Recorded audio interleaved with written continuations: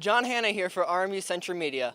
Last week, head coach Andy Toole of the men's basketball team set a program record with 158 wins, passing Jarrett Durham for first all-time.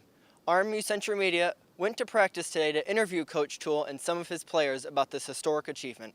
It's obviously very humbling. I think when you think about the number of good coaches that have been in charge of the basketball program, when you think about all the hard work that assistant coaches, players have put in, obviously it's a nice thing to be recognized with. But so many people are involved in making it happen that it's almost a little bit unfair that one person gets the credit versus all the other people that haven't made a shot, got a rebound, defended anybody in 9 years. So a lot of guys put in a lot of hard work for that to be able to happen. Through 9 seasons as the head coach of the Colonials, Andy Toole already has an impressive resume on his hands. He has a 158 and 132 record as the head coach of the team, which is good enough for a .545 winning percentage, and the 158 victories has put him first place all-time for the Colonials.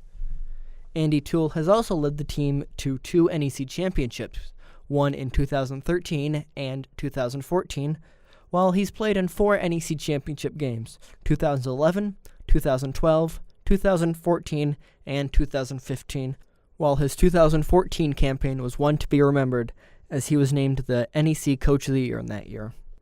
Coach Toole has also led the team to 4 postseason appearances, a CIT in 2012, an NIT in both 2013 and 2014, while the Colonials also managed to make a bid for the NCAA tournament in 2015. Playing under him has been tremendous. He's one of the better coaches in college basketball, and just having him as a mentor has been pretty good because he's not only a great coach on the court, but he's a great person off the court. So it's just really easy to come into him and be able to talk to him about other stuff other than basketball.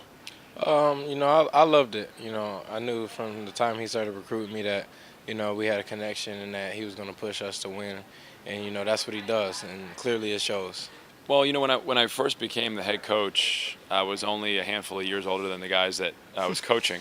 But that group of guys and the group of guys that I was an assistant for here, have now in their late 20s, early 30s, really kind of moving into the next phase of their lives, whether it's jobs, whether it's families, whether it's relationships.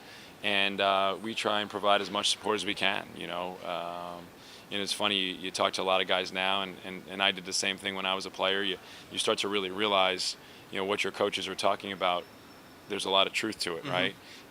And a lot of the situations that the game puts you in helps prepare you for those situations. And so, there's great conversations you have now with players, with managers, with other guys that have been associated with the program, about what they're dealing with. And a lot of times you can refer back to something that happened in their career that can really help point them in the right direction.